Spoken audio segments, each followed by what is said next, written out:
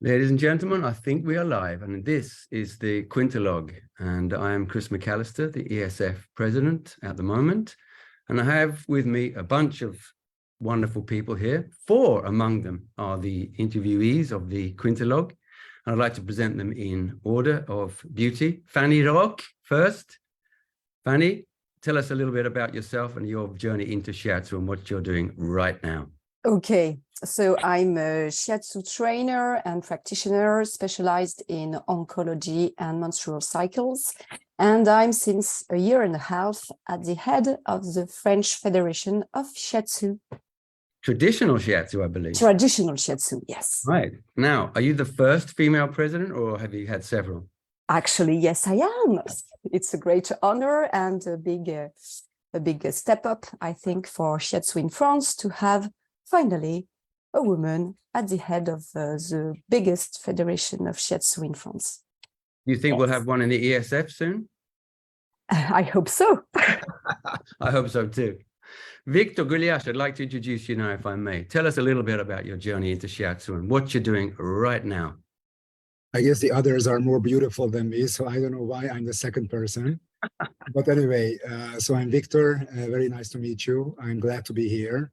I'm from Hungary, and I'm one of the vice presidents of the Hungarian Shiatsu Association.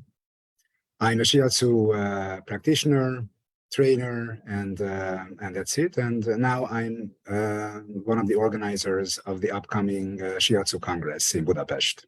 Now, tell us a little bit about that Congress before we go on.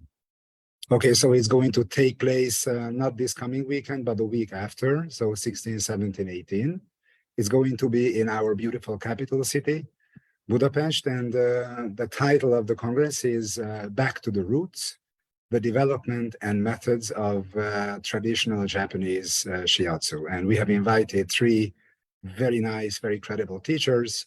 Namikoshi teacher Roberto Taverna, Iokai instructor Thierry Kamaji, and Zvika Kalisar Seiki Meridian Shiatsu. Victor, I'm full of admiration for you because this sounds like an impossible thing to get together, and yet you've done it in no time at all. Yeah, so we are managing it, so it's going to happen. It's I hope it's going to be cool. It's going to be amazing, I'm quite sure. And it happens to coincide with Shiatsu Without Borders June month, which the ESF is totally stoked about. Fantastic. Thank you. Great. Couldn't be better. I'm going to save Carola for last because she's like our VIP lady here. So Yvonne, step into the breach, please. Tell us your journey into Shiatsu and what you're about now and what you're doing. Well, as the others, my name is Yvonne. I'm another French person here tonight. And my job is to be a Shiatsu practitioner and a teacher too. I have founded this blog, which is quite well known now, Ryoho blog, Ryoho Shiatsu, blog, with an average of 10,000 readers every month, which is a lot. And I'm sharing a lot of articles and things like that. And tonight I'm glad to announce that we are opening a podcast. That's brand new. So it will give the opportunity to everybody to talk about Shiatsu. So and when will that start, Ivo? It's already on live. Okay, amazing. Yeah, you can on the website or Spotify or iTunes, whatever, you can find something. Wow. And so for now, there is just one episode, is the introduction, and then we will start. So I'm also the founder of an NGO named Shiatsu, Mission Shiatsu Humanitaire in French. And we are trying to develop and to promote Shiatsu in the southern continents. And at the moment, I'm based in Sarajevo, Bosnia, where I'm opening a class in next September. That's in Shiatsu? Yeah, of course. One more. So what some people might not know is that Yvonne started a school in Malawi recently, right? A couple of years ago. How's that going? It's still going on pretty well. We still have more or less 20 students there. two of my assistants are giving class, and after 2 years of hard work, they are reaching the, let's say, what could be the level 1 in Europe, the end of the first year, in fact. But for these people, it was quite a challenge, so a bit different. And you had to build the dojo from the ground? No, no.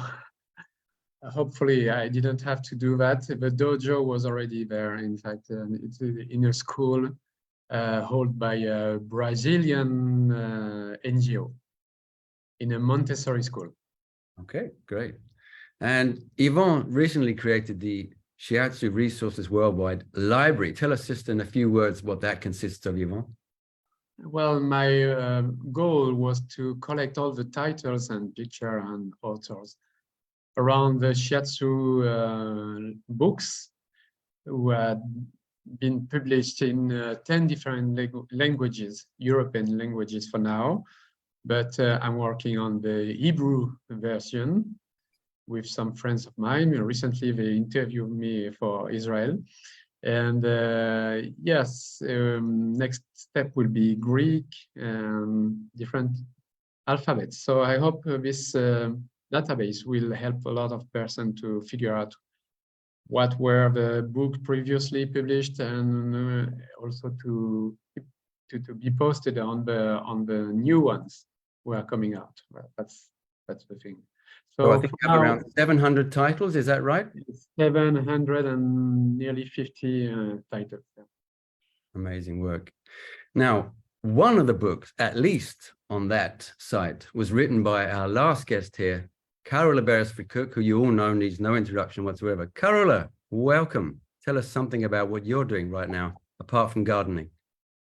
Gardening, learning to play the piano, which I'm quite old to be doing. Looking after dogs, looking after husbands, entertaining hundreds of visitors.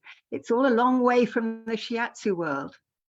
So yes, I was surprised how quickly the Shiatsu world fell away from me, really. Sorry, I know that's not Are you happy about that, Carola? really, is it? Mm-hmm. Was that a pleasant surprise? Yes, it was. It was. I thought I would miss it a lot, but you know, I actually don't really. That's nice. I mean, I miss seeing people actually, because it's very remote where I live, and yeah, I used to like people coming and having that lovely contact with them, and now it's very much, you know, just small talk with people occasionally. So not much, but no. And yet you agreed to meet with us today and share some of your thoughts about Shiatsu moving I'm forward. terribly nervous about it, because I feel like I've really, you know, gone such a long way away from the Shiatsu world, and it's all moving so fast in the Shiatsu world as well. Yeah. Things happen, you know, there's the politics, and then there's the education, and then there's congresses and the constant expansion and diversification. So I'm really out of touch. But anyway, you asked me, so here I am. Well, I certainly did. And it's very nice to be here. Very nice to be here. We need people who have experience, don't we? And even if you're not up to date with the very latest changes, you're up to date with what happened in the last 30, 40, even perhaps 50 years of Shiatsu. So we need our advisors to keep us on track. So that was very much one of the reasons I would like to have your words of wisdom today, Carola, because we haven't seen everything that you've seen. You've seen developments that we're quite ignorant about. So in terms of that, I think that's always useful to have the older wisdom and the advice of people who've been there before. Our discussion today is now going to center around one central theme, and that theme is unity. And I think the theme of unity has never been more relevant than it is now today in the world. I think we're approaching new times where unity is going to be valued in a different way and sought after in a different way. And we in Shiatsu have our part to play in that. So I'd like to have some thoughts, initial thoughts from you all. What does unity mean to you, and how can we begin to create it in Shiatsu? You've had a few weeks to think about it. So Fanny, do you have any thoughts about that? French thoughts, female thoughts, any thoughts at all about that? practitioner Shiatsu thoughts. Hmm? Actually, it was more a president of a federation thoughts, Hmm. because when I heard about the theme unity, when you are at the head of an association, you have multiple goals, you know, a lot of things really down to the earth to do, like bank and accountants, etc. And when I have too much things in my head, I'm thinking, well, let's go to one objective, one unity. What do we want to do? Well, we want to make Shiatsu shine. I think that's the biggest theme that we have. Actually, in France, I think it's really theme that's really important for us to make Shiatsu be known.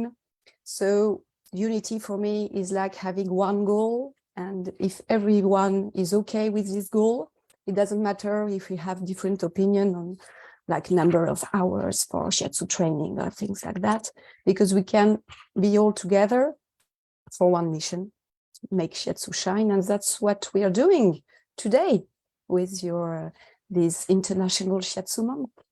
Yes, very nice. Very nice. Thank you, Fanny. Victor, you have some thoughts about unity. I know that for sure, because we discussed it less than a month ago, and your Congress very much touches on this theme, I believe.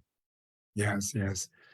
Yes, I mean, for me, I have 3 thoughts, basically, if I have to number them.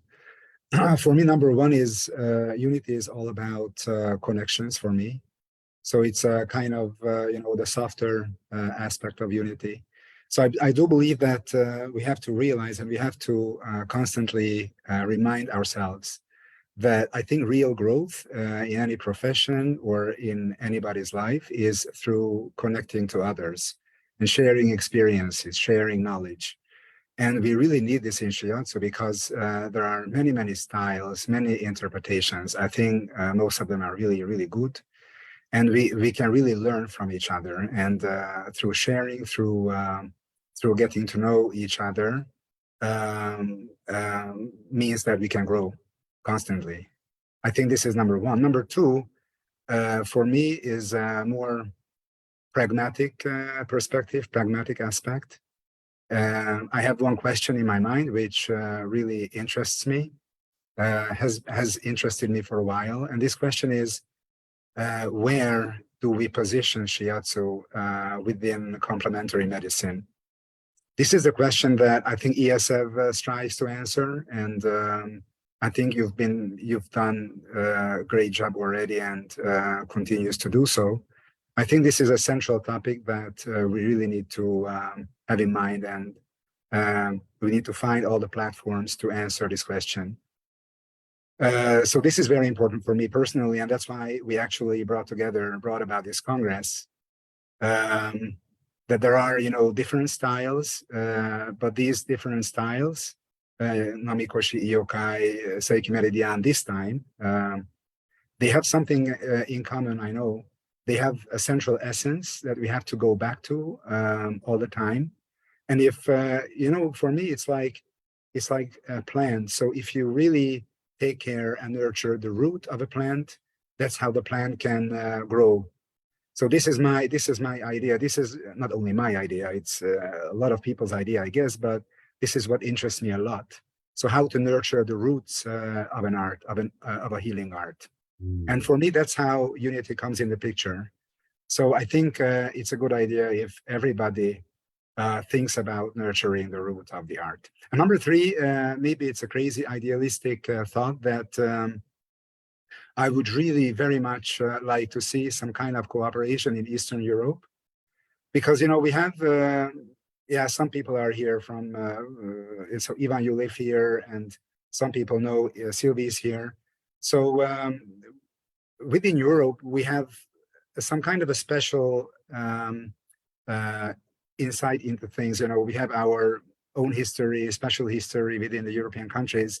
We have a special economic situation, and et cetera, et cetera. I think it would be very nice if Shiatsu could be brought up in Eastern European countries. And I think, Ivan, you're doing a really great job in the Balkans. And I think in Hungary, it's already quite well established. And, so we're going to talk to Carolina from Poland. I would love to work together with the Romanian community. Anyway, so this is an idealistic approach maybe, but I think it will be very nice to experience this unity in Eastern Europe. Wow. These are the main thoughts. Now, you made my job really easy there by mentioning Ivan. So Ivan, tell me what's going on in the Balkans in terms of unity in Shiatsu. Well, for now, there is nothing, in the Balkans countries, there is no Shiatsu at all. I've tried to Google as much as I can to see if I had some colleague here, but none. Or just in Croatia, I found 2 or 3 ladies doing Shiatsu with oil. So I was a bit like you do, like this, say, what's going on? But, well, the people who are coming to me, they're enjoying so much that I've just published recently a post saying, well, this is amazing because people are able to do hours of driving just to come to have one session. Recently, one lady coming from Kosovo, 5 hours drive. Another one from Skopje, North Macedonia, has 9 hours drive. This is crazy. This is completely crazy, but people are a little bit crazy here, but on the good side of craziness, when they want something, they do all they can to have it. And now I've got a huge pressure just by having started to talk a little bit about this school of Shiatsu in September. But it's just amazing. The reaction is crazy. I've got tons of persons saying, oh, I want to come, I want to come. So yeah, there is a lot here and we can develop. And what I want is not to develop my own school or own style, whatever. I know how to do that, but to be able to mix with a lot of person, teachers and influences in order to share the maximum of influences to the people here. So they cannot, in the end, say, I've learned that style or this style. What I want is a mix. And it is exactly what I've done for myself. Well, I studied Namikoshi first, then Yoseido with Kawada in Belgium. And then I've studied a different style, Hoashi, a little bit of Bill Palmer's Shiatsu movement, and things like that. So of course, my style is a combination of all these things, but that's the normal process after 23 years of practice. Yeah, everything is just your own, you own your technique. And that's one thing. And the second thing is I've always been on the side of unity. When I was much younger, I was quite involved in the Aikido in France. And I was the head of chief, how do you say, a redactor of a magazine, online magazine. We had, I don't know, 35,000 persons reading every month. So it was quite a big one. And it was exactly already, for me, I saw the importance of connecting all the different styles and influences in Aikido. And suddenly I've discovered Shiatsu, and I'm doing the same. I'm doing the same here, especially with my blog, by letting every person to speak about it, to share the ideas, and the columns of my blog are open to everybody who is able to write properly, and now soon to talk. And so it will be great. And for me, it's so important because all the styles I've learned, they are all very nice to be known, and also you can grab a lot of everything in every style. There is no better style than the other. So they got all their positive aspects and negative aspects, and it's your own path to choose and to sort the different things you want to keep for yourself. That's it. So for me, it's really important, and I'm always saying to my own students, when you finish with me, please go on, study, go to another school, another style, and learn your whole life. So this is the way we are creating unity, I think. That sounds very much to me as though one is incorporating the idea of diversity into a vision of unity. Carola, in your experience and your training, have you met that on the path, or have you met the opposite of that in your Shiatsu travels? well, it's wonderful to hear the other speakers, Viktor and Ivan, and yeah, there's an enormous amount of respect and curiosity now, which is great, because it really didn't used to be like that. And certainly in the 80s and 90s, the 90s were the worst.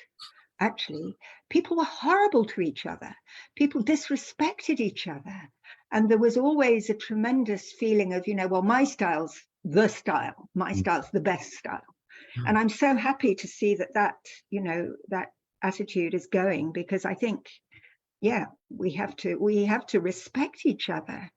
I mean, a short anecdote. There was quite a lot of disrespect for the namikoshi style in the 90s, and sort of looking at the books that we saw, and how Toru, was it Toru Namikoshi? Anyway, the son, he'd be leaning on the floor when he was pressing a point, and how terrible that is, that he's just using one thumb. And it's anyway, so I went to teach at the Namikoshi school in the Netherlands, and it was the most fantastic shiatsu.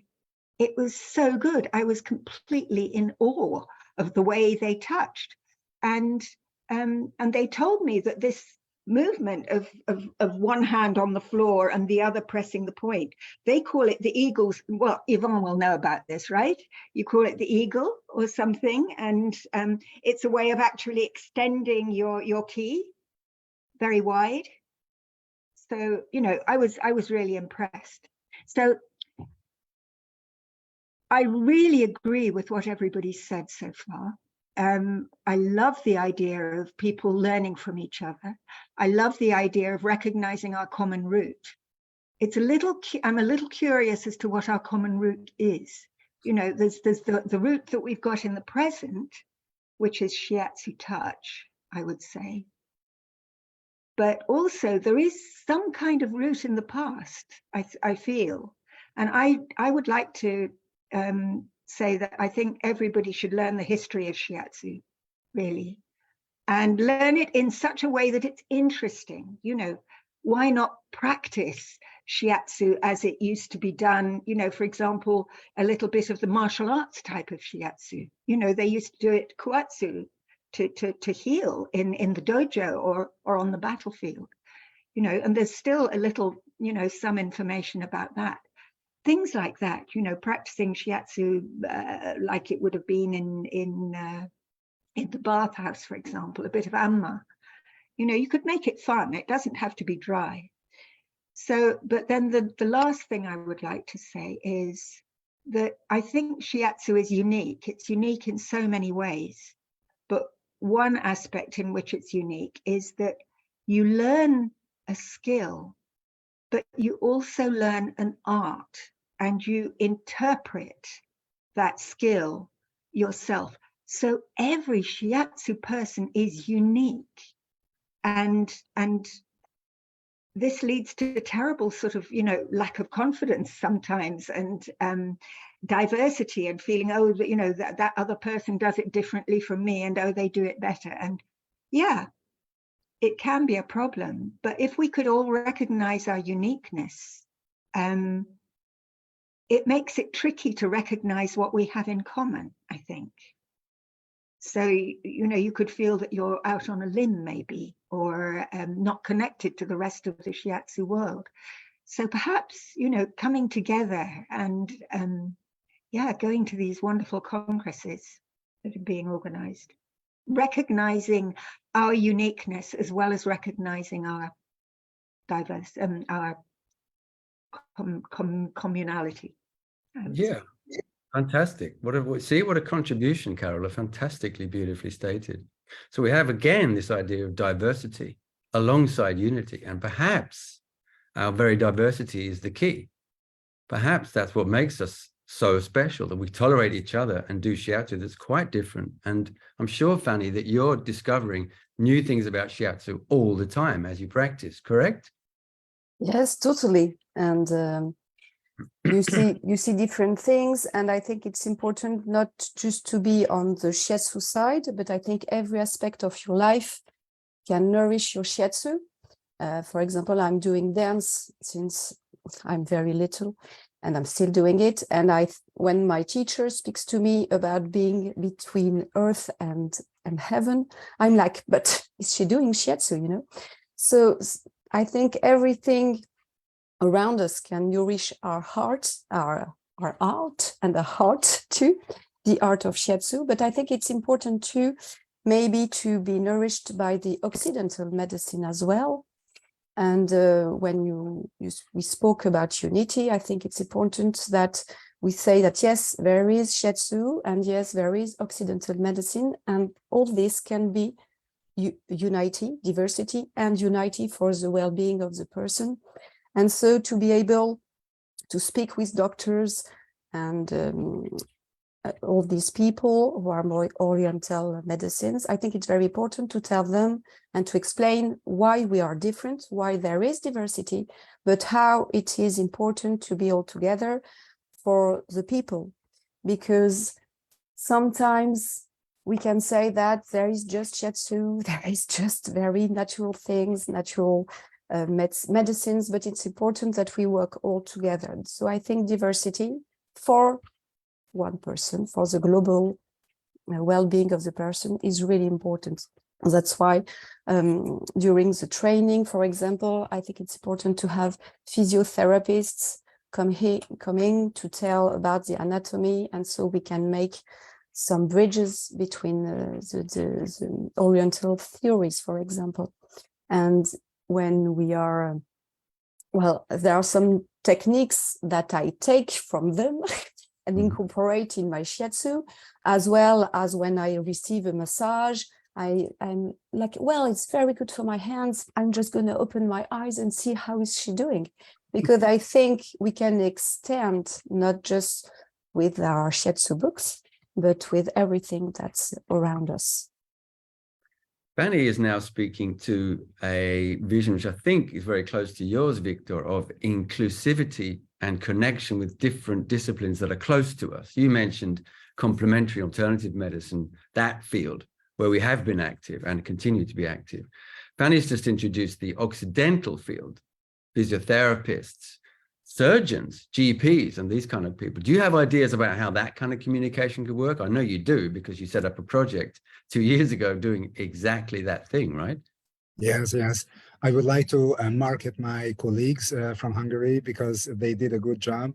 So 2 years ago, at the end of COVID, 80 or 90, I think 80 therapists and students in Hungary treated at least 500 doctors and nurses, so healthcare workers, to alleviate the burden that they had accumulated during the COVID period. And it was a very nice journey, very nice 3 months. It was a kind of campaign, Shiatsu for healthcare workers.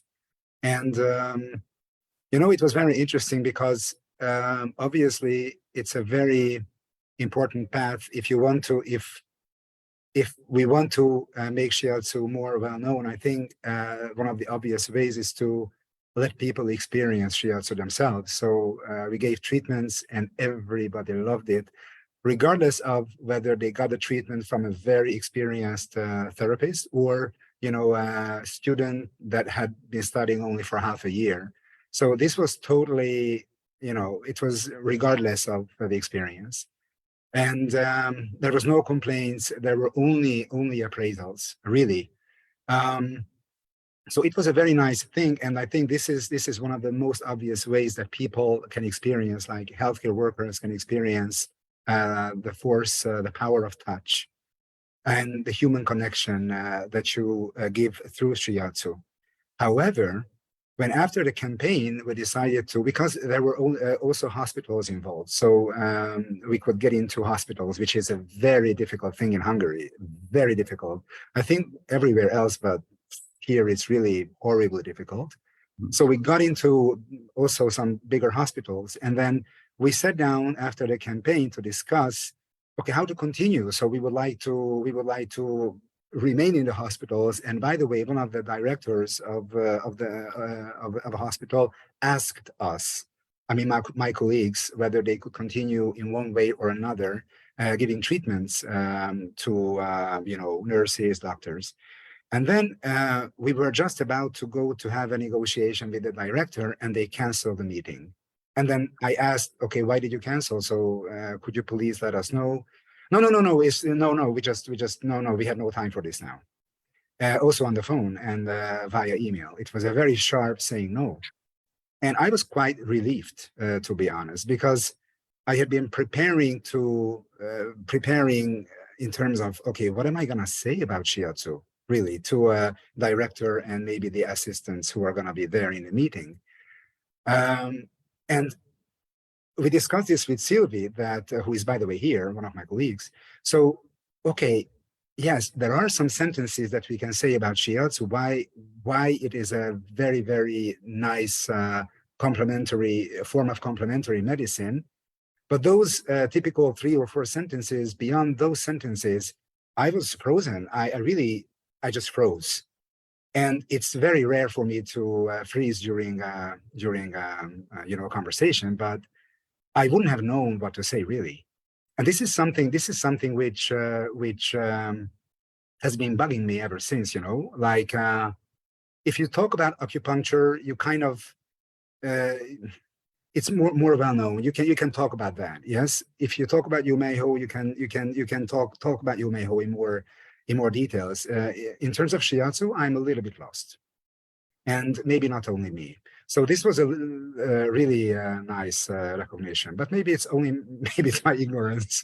That's also part of the business, but my colleagues also had this difficulty.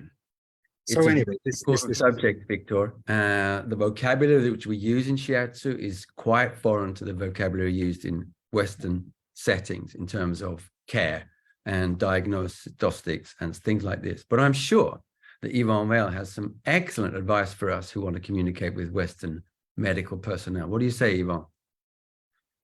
Yes, we do. And it all starts at school when you are able to make, like Fanny says, to make some bridge.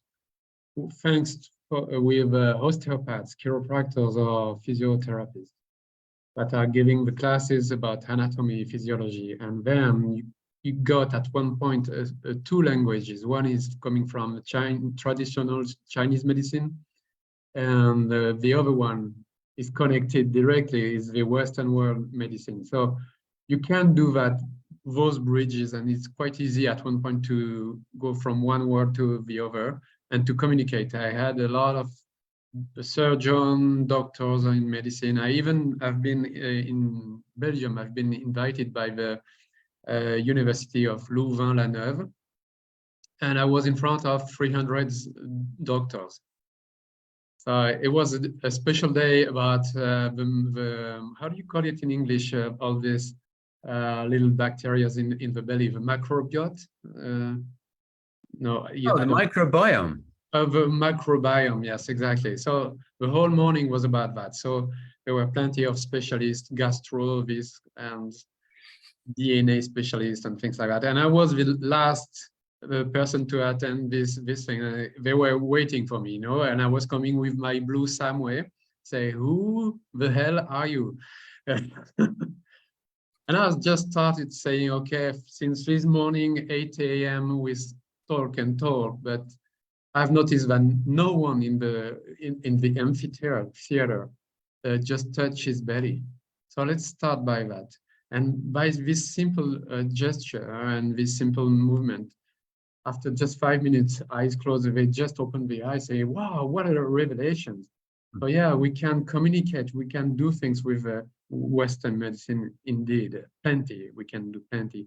Also in Belgium, the people are quite involved in the hospital world, and especially in oncology, cancers, sectors, things like that. There is 2 or 3 different schools working in different hospitals on that topic. So yeah, we can do. And the next thing I wanted to say about unity, it's quite complicated at the beginning when you're thinking about how can we communicate between one style and another style. But in fact, all the Shiatsu is based on some its principles. It's exactly the topic of my book. When I wanted to write something where everybody coming from different horizons are able to understand what is in common.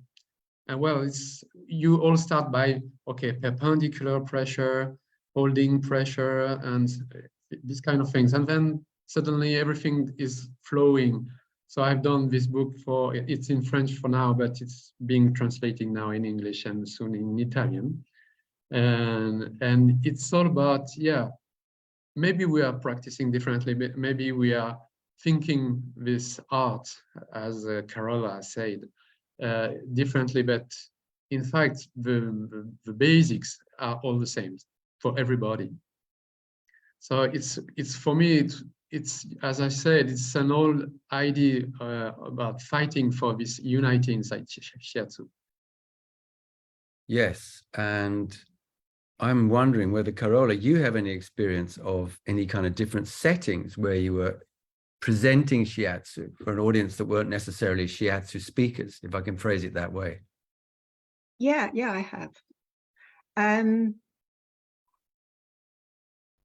going to sound a bit negative about this. I've kind of given up trying to talk to doctors. I think it does work really, like you say, Yvonne. When you talk to doctors and you actually get them to touch each other or experience touching themselves, they totally get it, but then they forget it afterwards. It's such a different model. It's so completely different.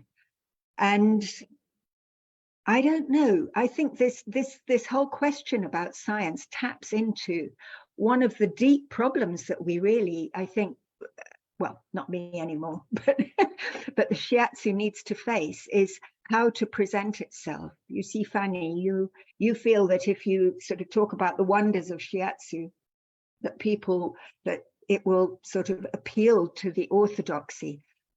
I'm not so sure. I think that, the oncology, we come in when medicine thinks, well, I can't do any more about this, and they're quite likely, a patient with just chronic pain, for example, well, we can't deal with it. Okay, so call in the complementary people, but terminal cancer, we can't deal with it. It's over now, call in the complementary people. So, but when it's a question of, well, we can do something about this, we've got a drug for that, we've got a vaccine for that, they don't want to know, really, I feel. And I think that's what happened with Viktor. And I think one does freeze, really, in trying to convey this whole feeling, of people are more than the sum of their parts. They are more than just an esophagus and a gut and a little finger. They are more than that. There's something that holds it all together, and that's what we're dealing with. It just is so foreign. They don't really want to know. And so what do? Do we resign ourselves to just being? I think I would probably go more to the side of let's just apply our hands, see the people who want to come to us, do our best. Yes, go to hospitals, just do whatever we can with a good heart. Or are we going to try and present ourselves as wonderful professionals and learn about polyvagal theory and all these wonderful scientific things? Because a lot of Shiatsu people go that way anyway. And Yvonne, I would actually take issue with you slightly about we all do the basic principles are the same. There's a lot of Shiatsu people out there not touching the body, at all. Forget stationary perpendicular pressure. So, what to do, how to present ourselves. It's always been a problem, right since the beginning. It's always been a problem. Are we going to go the professional route, or are we going to just love and touch? I don't know. Fanny, are we going to go one way or the other, or are we going to embrace all of those possibilities? What do you think? I think it depends on what your goal is. And I think maybe at some time of your life, you want to expand your profession, you know, and to reach different people. And maybe at some times you want to don't put yourself in danger, because let's face it, if you have to talk to a doctor, we feel a bit in danger. Like Viktor said, I froze. I didn't know what to say. And maybe some of us want to go to the battle a bit, and maybe some of us want to say, hey, that's not my challenge. It's not a battle to win. I'm doing what I have to do. But for my very little experience, I can say that I've been thrilled when some oncologists talk to their patients about me. And like Carola said, it's when they can't do anything for them. They said, okay, so try Shiatsu, because I can't do anything more for you. So try Shiatsu. But for me, that is a success. I think it's really great because I think a lot of people wants to take a pill. It's really easiest than go to a therapist, to a Shiatsu practitioner. It's more easy for them. You have the pill in France, you don't pay for it, so it's great. And you have to make an effort, you know, to go to a Shiatsu therapist. It's something you have to take you. You have to take you by the hand, and the Shiatsu therapists are going to show you some points you have to do to yourself, give you some different things to do. So it's a different type of view, I think. So I think we can do what we want to do, what brings us joy, because for me, it's really a big joy when I can talk to nurses and show them the point and say to them, show it to your patients, because, you know, it's going to reduce their pain. And they're like, okay, I'm going to show them. For me, it's a great joy. I'm very happy to do that. But maybe because I'm at the beginning of this great adventure. Thank you, Fanny. That's beautiful. And we have something called Shiatsu Resources Worldwide, which you all know about. And our latest story, which is not published yet, concerns a man in Italy, Lorenzo Bonauti. Is that right, Susanna? Susanna helped me conduct the interview with Lorenzo. A fascinating story at a time of his life where his life really didn't resemble much of a life at all. It was falling apart in every direction imaginable. He was approached by a person with very, very advanced cancer and asked to treat them. He felt no confidence at all. He was a beginner practitioner. He was in a stage of his life where he lacked certainty about just about everything. He decided to do it. He decided to do the treatment anyway. And the treatment was amazingly successful. And this person was able very quickly to reduce their medication and to start enjoying life again, which hadn't happened for quite a while. This person's doctor got involved, and suddenly Lorenzo had like 15, 20 patients he was treating, and a lot of them were in various advanced stages of cancer, and all of them began to notice very significant improvements, whereby he was involved in this team gradually of all sorts of different professionals, a multidimensional team of physiotherapists and dietists and whatever. I'm not sure the details of it, but doctors, of course, were involved in it. And he found that there was a challenge involved in inventing, or at least establishing, a language where everybody could communicate, and he could communicate what he was doing in Shiatsu. Now, you can imagine for yourself what kind of challenge that is, because it's substantial. But he managed to do it. And that story is going to come out any week now. And I hope that people will be inspired by it. And it will show us perhaps that it is all part of our own destiny, as Fanny is saying there. If you don't feel the call, that's fine. But still, the call might come to you anyway. You might be involved in a challenge that you didn't see coming, but you can embrace it and you can go to places you really couldn't have imagined. Expect nothing, expect everything is my motto. And that would be one of those examples. So, Viktor, coming back to you now, what do you think about that? Do we have to choose one thing or another, or can we embrace our own possibilities as individual practitioners, teachers, schools, etc.? I mean, listening to you guys, I felt all due respect. I mean, what happens in Belgium, you know, so you're in contact with doctors, medical professionals, etc., etc. I think it's really great. I don't think you know, like I just had a little movie in my mind that a Shiatsu practitioner walks away, you know, feeling, oh, I'm just a Shiatsu practitioner. I cannot go as high as you can, the doctor. So I might as well choose to go away, walk away, and do my little thing on my little clinic. I don't think this is, yeah, it's okay if you do that, or if I do that, or anybody else does it, but I think we should really find our ways to have the confidence that Shiatsu is a medical practice, not medical maybe in the terminology in terms of Western medicine, but it is a medical healing practice. I think we should say it out very clearly, and that's how I get back to the question I raised at the beginning, like where do we position Shiatsu within complementary medicine? I think this is really important. And Zvika Kalisar, he's coming to the Congress. I've been working with him for a couple of years now, and then he tells me a lot about the situation in Israel, and maybe it happens in certain European countries as well. But in Israel, the GP prescribes Shiatsu therapy for you if you need that. And it's just amazing. And it's in almost every hospital, Shiatsu is there, along with physiotherapy, along with acupuncture. Shiatsu is there. I think this is the right place of this healing art. And we should not underestimate the power that Shiatsu has. And I very much like, for example, so this is my opinion, and I'm going to not fight for this. I don't want to fight. It's okay. Just, if you have what I learned from Shiatsu, and it's a continuous learning, it never ends, I think, until I die, that it's all about intention. So if you have a clear intention, then you can do your things in a very effective way. And there are so many Shiatsu masters, including, for example, Cliff Andrews, who says that no matter what you do, as long as it's effective for the patient, and that's it, full stop. And that's how unity comes in the picture, I guess. Is that a picture of unity, Viktor? For me, yes, because it doesn't matter what kind of style you practice. I think every style, as Ivan said, has positive and less positive sides. Let's put it that way.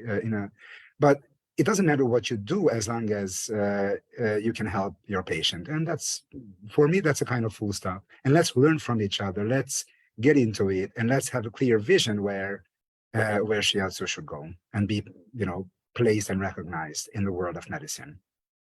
Brilliant. Yvonne, some final words from you on these themes. Yeah, can I add a word on that topic? Yeah, exactly.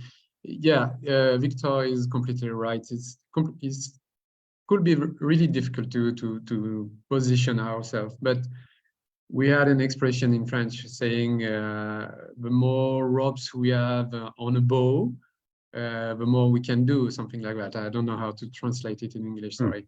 And so the thing is, usually what I say to the doctor world is, okay, for the surgeon is a guy with a knife opening the body and then sewing. Are we able to do that? No, clearly. The doctors is playing with body chemistry thanks to the medicine. Can we do that? No. And the shrink is playing with the mind and helping the people with that. And okay, we are not trained for that. Even we cannot do what an osteopath or chiropractor is able to do, like putting back his vertebrae in his right place. So in fact, we are working on completely a different level, and especially with energy, with meridians, with how to help with the nervous system of the muscular system, and it's completely different. So I just ask, are you doing this part of the job in the health sector? And the answer is no. So I say, yeah, we are complementary. So it's if it can help you, Viktor, to have some words, you can say, okay, everybody's got his own specializations, and also working on a different level of the body and health. And so we are on one level, which is and we should not be shy to go to say it and to even to shout it loudly. And it's exactly what I've always done, and it's working perfectly this way. So don't worry, I would come to Hungary. A very bold, brave approach. Carola, can you see yourself inviting people to embrace that approach, the boldness of that? the boldness of just saying Shiatsu is an amazing healing art, and it's medical as well. I think possibly you'll just get the reply about, well, it's not evidence-based, and we go for evidence-based medicine. That seems to be the general way of judging it. But, you know, I certainly would say to Viktor and Yvonne that, of course, Shiatsu is an amazing healing art, you know. Of course it is. I know it is. I was in love with Shiatsu for many, many years, and I've seen how well it works, and I've experienced how well it works. It has, I think, how it will be used in orthodox medicine is it'll be the complementary relaxing therapy. It'll be to relax. It'll be suggested for when people have stress. But that's fine, you know, because Western medicine will talk about stress.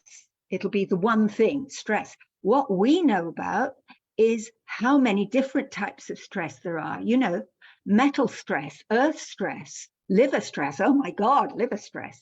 You know, and we can actually pinpoint the way we treat the stress. They don't know it. We can't explain it.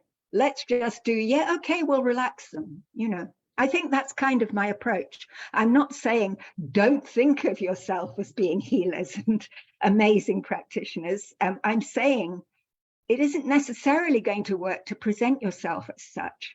But as long as you've got an opportunity to get your hands on somebody, great, do it and heal them. So. Brilliant. Look, I'd like to thank everybody here, because I think what we're witnessing is the next stage of Shiatsu's development, and the way that our profession as a profession is beginning to mature. Part of that maturity is looking around and seeing what everybody else is doing. Oh, Yvonne does this. Oh, Fanny does that. Oh, that's cool. I don't do that, but that's okay. I do this, and I'm continually evolving. We're all continually evolving. We've got people on this panel here who are like representing years and years of work and trailblazing individual approaches within Shiatsu and around Shiatsu. And I think we're approaching a stage where we're going to be so confident, so mature, and so attractive that we're going to be attracting the next stage of our development. Final words, Fanny, 1 minute. Okay, so I would like to thank you all for inviting me and say to you that we were able to have 5 different federations of Shiatsu in France, all working together to make these events of the International Week of Shiatsu starting today. So thank you for this opportunity, and this initiative brings us all together. So a big project unity going on.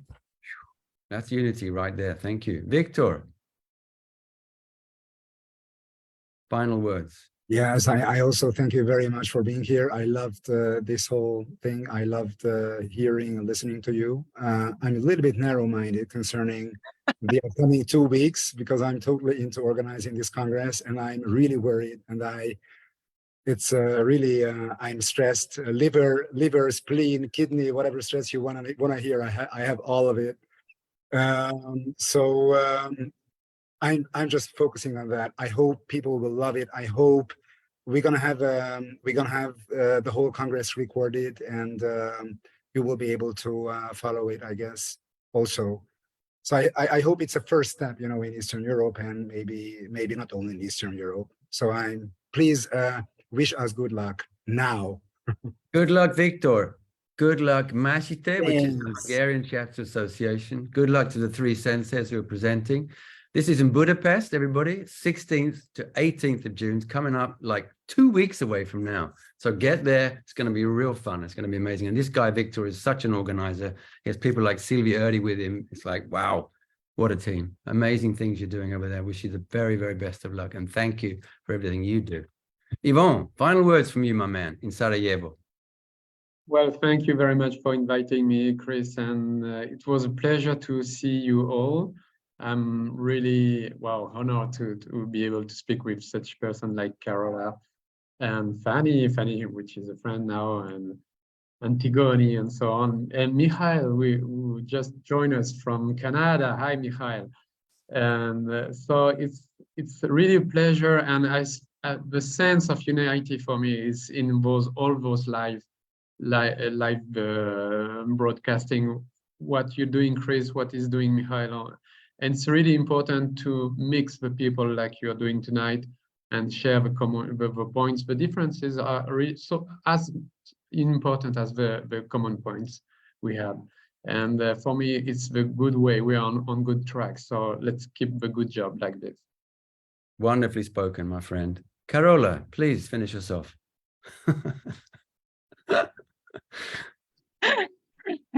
Right. Well, I just think you're all doing amazing stuff for Shiatsu, and it's so amazing to, you know, Fanny, France itself. God, what has happened in France? It's been incredible. I mean, France used to be completely, you know, not there in the world of Shiatsu, and now look, it's amazing, and it's got a female president. Yeah.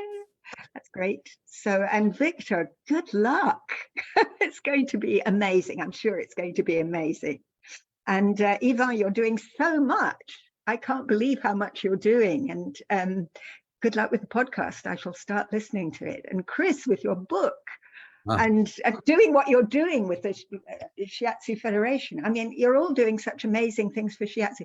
And Annie, and Antigone, and Michael. So, yeah. Great stuff. Douglas. Ciao, Douglas. Douglas Gattini, first president ever of the ESF. Douglas, 2 words or 3 words from you, please, my friend. Unmute yourself and speak to us. In Italian, if you wish. Sana will translate, sure. Yeah, oh, I try to say something in English, if you. Yes, please. It's nice to stay here with you. I feel like I am at home. You know, Shiatsu is above all non-verbal communication, but it's also verbal communication. And when in our world of Shiatsu, we have some problems with the communicated, so I think that's very important to talk.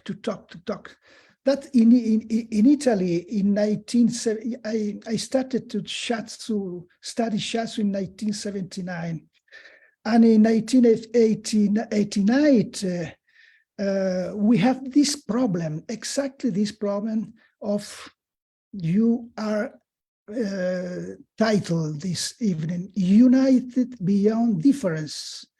I think that we have a great possibility with Shiatsu because it's a discipline very, very straight on with the nature, the law of nature.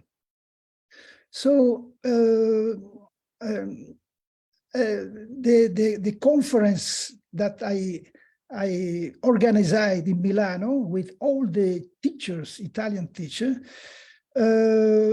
we try to resonance this kind of point. Which are the points that united us in our professional activity?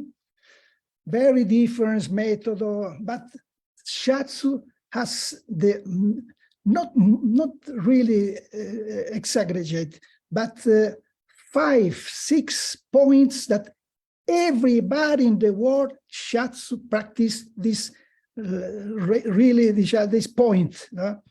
So we stay in, we let the difference like opportunities we have to for us.